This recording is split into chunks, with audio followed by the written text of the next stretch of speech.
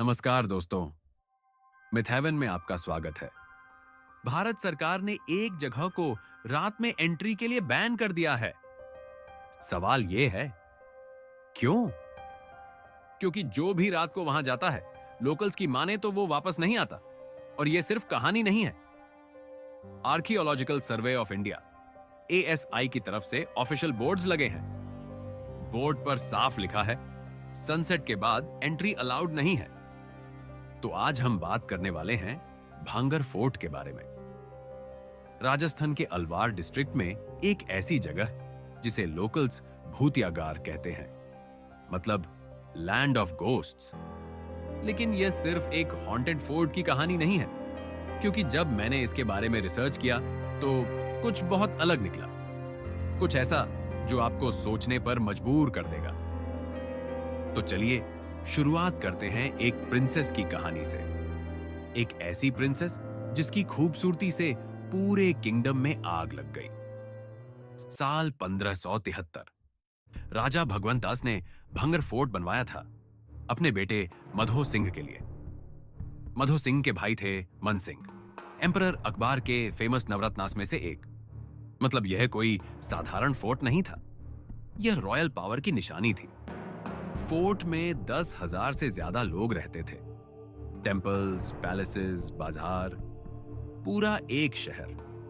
फिर एक दिन आई प्रिंसेस रत्नावली। लोकल अकाउंट्स और पॉपुलर लॉर के मुताबिक उसकी सुंदरता ऐसी थी कि पूरे देश से राजा महाराजा उससे शादी का प्रपोजल लेकर आते थे। उसे क्रून ज्वेल ऑफ राजस्थान कहा जाता था। लेकिन एक आदमी था जो जानता था कि वह प्रिंसेस उससे कभी शादी नहीं करेगी। सिंघिया, एक टैंट्रिक, ब्लैक मैजिक करने वाला। अब सोचिए, उसे पता है कि प्रिंसेस उसके साथ कभी नहीं आएगी। तो फिर उसने क्या सोचा? ब्लैक मैजिक करने का फैसला किया। और यही डिसीजन सब कुछ बदल देता है। लेजेंड कहती है कि एक दिन प्रिंसेस की मेड मार्केट गई। वहां सिंघिया को उसका मौका मिला। उसने एक परफ्यूम ऑनेल पर मैजिक स्पेल कर दिया।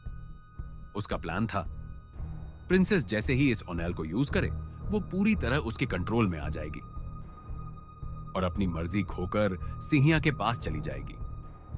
लेकिन प्रिंसेस चतुर थी। कुछ स्टोरीज कहती हैं कि वह खुद भी थोड़ा मैजिक समझती थी। उसे अंदाजा हो गया कि ऑयल में कुछ गड़बड़ है। और जब उसने उस ऑयल को फेंका, यहां दो अलग अलग वर्जन्स मिलते हैं। पहली वर्जन, रत्नावती ने ऑयल को सीधा फेंक दिया। सिंघिया उसी इंसिडेंट में मर गया। लोग इसे एक्सीडेंट मानते हैं। दूसरी वर्जन, ऑयल एक बोल्डर पर गिरा और यह बोल्डर जैसे जिंदा हो गया, पहाड़ी से नीचे लुढ़कता हुआ सीधा जाकर सिंघिया को क्रश कर देता है। और कहा जाता है वही स्टोन आज भी वहां पड़ा है, आप जाकर देख सकते हो। अब सवाल यह है, क्या यह सच है या सिर्फ कहानी? क्योंकि यहीं से हिस्ट्री और लेजेंड अलग हो जाते हैं। सिंघिया मरते वक्त यह भी फोकलोर का हिस्सा है। उसने पूरे भंगर को कर्ज कर दिया कि इस फोर्ट में कभी कोई रूफ नहीं टिकेगी, न प्रिंसेस को शांति मिलेगी, न किसी और को। यहां सिर्फ स्पिरिट्स रहेंगी। और फिर कुछ साल बाद एक बैटल हुआ। भंगर पर अटैक किया अजब सिंह ने, जो खुद रत्नावती का स्टेप ब्रदर था। कुछ हिस्टोरिकल अकाउंट्स में अजब सिंह का मेंशन आता है, लेकिन रत्नावती वाली डिटेल्स पर कंसेंसस क्लियर नहीं है। फैमिली ड्रामा था, पॉलिटिकल रीजंस थे। इस आपसी कॉन्फ्लिक्ट में रत्नावती मारी गई, ऐसा बताया जाता है। लेकिन यहां कॉन्ट्रडिक्शन खड़ा होता है।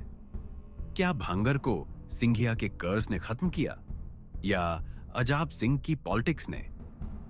हिस्ट्री साफ जवाब नहीं देती, लेकिन रिजल्ट एक ही रहा। फोर्ट, जो कभी एक जिंदा शहर था, कुछ ही समय में वीरान खंडहर बन गया। अब यहां से असली मिस्ट्री शुरू होती है। लेजेंड कर्स की बात करता है, रिकॉर्ड्स अलग स्टोरी बताते हैं। तो फिर ये जो बैन है, वो किस चीज का साइन है? फोर्ट के बाद का समय भी आसान नहीं था। 1700 के दशक में एम्पायर कमजोर हुआ, ट्रेड टूटे, रेट्स बढ़ी और भंगर की इकोनॉमी बैठ गई। एक शहर जिसकी सांस ही टूट चुकी हो, लोग किस भरोसे वापस आते? फिर आया 1783 का साल, चालीसा फैमिन। नॉर्थ इंडिया भर में भयानक सूखा पड़ा।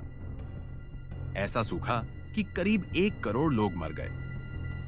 घर खत्म, खेत खत्म, जिंदगी खत्म। भंगार में जो भी बचे हुए लोग थे, वो इस तबाही के बाद भाग गए और फिर कभी वापस नहीं आए। यहीं पर हिस्टोरियंस कहते हैं, कर्स से ज्यादा ये फैमिन और कोलैप्स था, जिसकी वजह से भंगार हमेशा के लिए छोड़ दिया गया। लेकिन इंटरेस्टिंग बात यह है, पीपल कहते हैं कि फोर्ट कर्स की वजह से खत्म हुआ।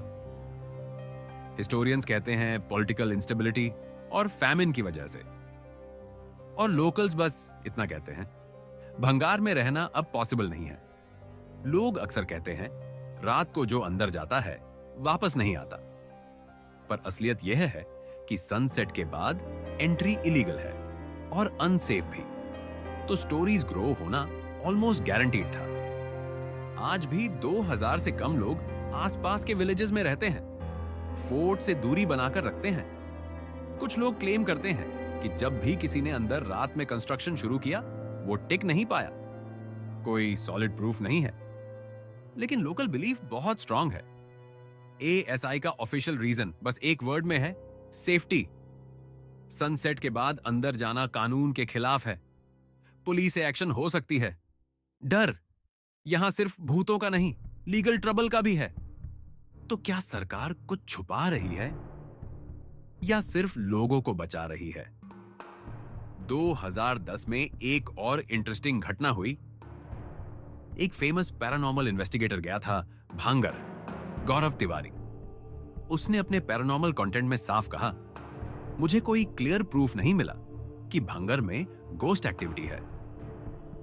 उसके हिसाब से ज्यादातर चीजें साइकोलॉजिकल हो सकती हैं, लेकिन विजिटर्स के एक्सपीरियंसेस फिर भी रुकते नहीं हैं।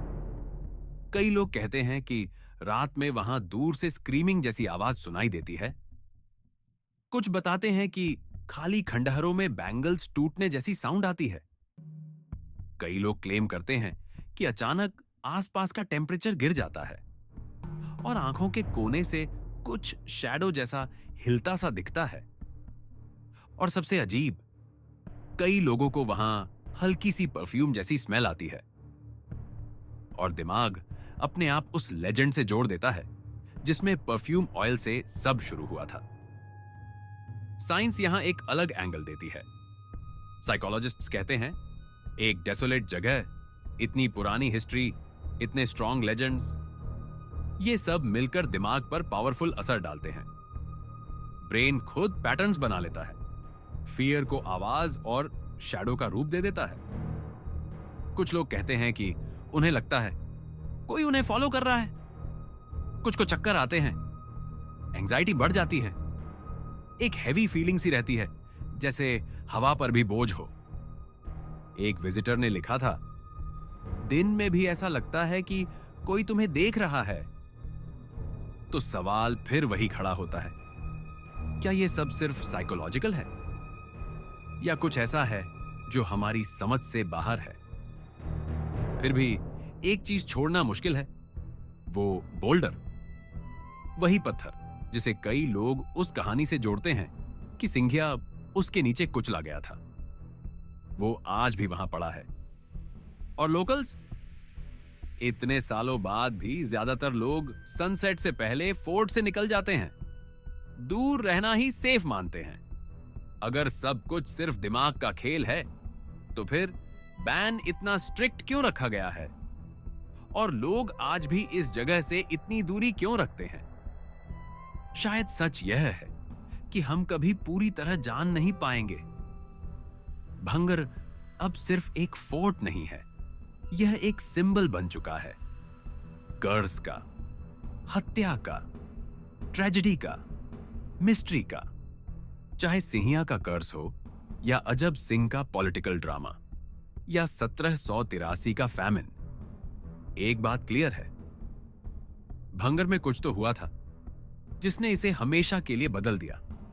और जब आप वहां जाओगे, दिन में या शाम के वक्त, आपको महसूस होगा कि ये जगह सीधी सीधी नहीं है। यहां हवा भी कुछ छुपा रही है।